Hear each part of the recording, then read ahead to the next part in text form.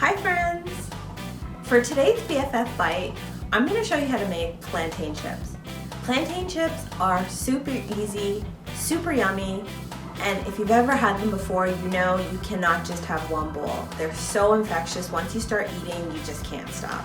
The one thing you need to know about this recipe before you get started is when you go buy your plantain, there's two types of plantains that you can buy if you're unfamiliar with plantains. There's the green plantain, which is what we're going to use for this recipe.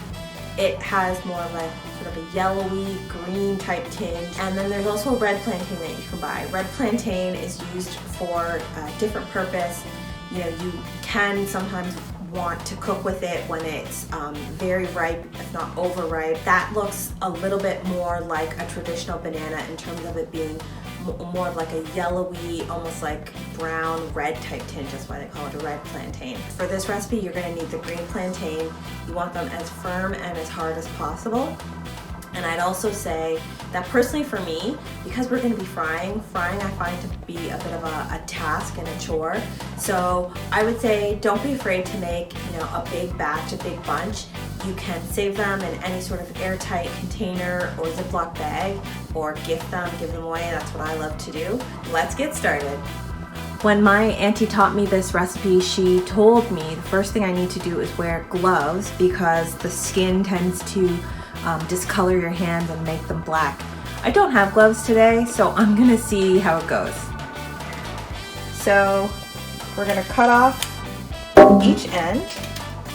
You want to try and find the plantain to be as firm as possible.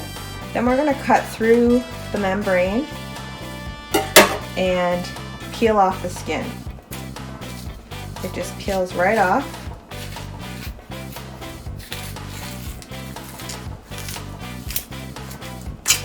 Super easy.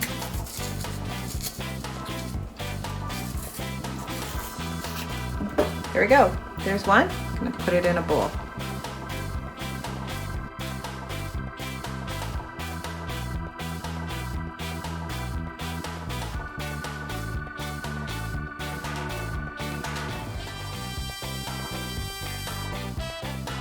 This recipe is super easy. I wouldn't even actually call it a recipe because there's only three ingredients: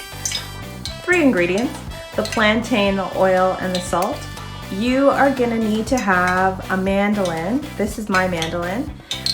You need this to ensure that your plantains will be uniform and that they will be really super razor thin.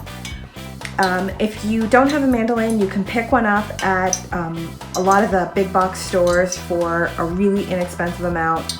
Another hot tip is that you can go to Valley Village or any thrift store. They sell a lot of these, but they don't have all the pieces. You only need actually the blade part of the mandoline for this in order to get them to be the size that you want.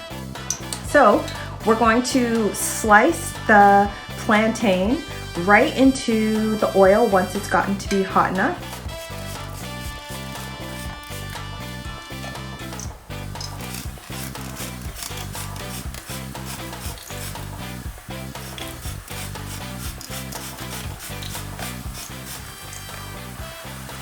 I'm gonna do a test batch with just half a plantain, just to make sure it is at the right temperature.